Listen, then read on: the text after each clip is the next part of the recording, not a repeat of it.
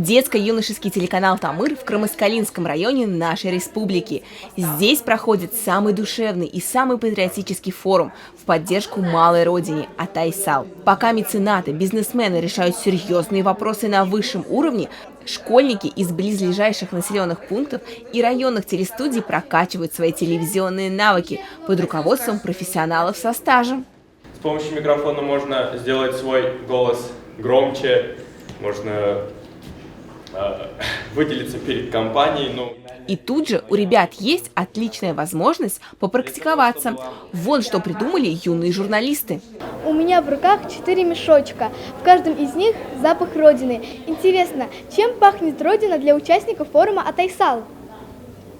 Розалина не из робкого десятка. Она подходит ко взрослым со своими секретными мешочками. В каждом из них уникальный аромат, который пробуждает в гостях воспоминания из детства. Тут что-то с продуктами пчеловодства связанное. Да. Пахнет действительно медом. А это пахнет черемухой. У меня у бабушки во дворе росла большая черемуха, и мы маленькими постоянно на нее лазили.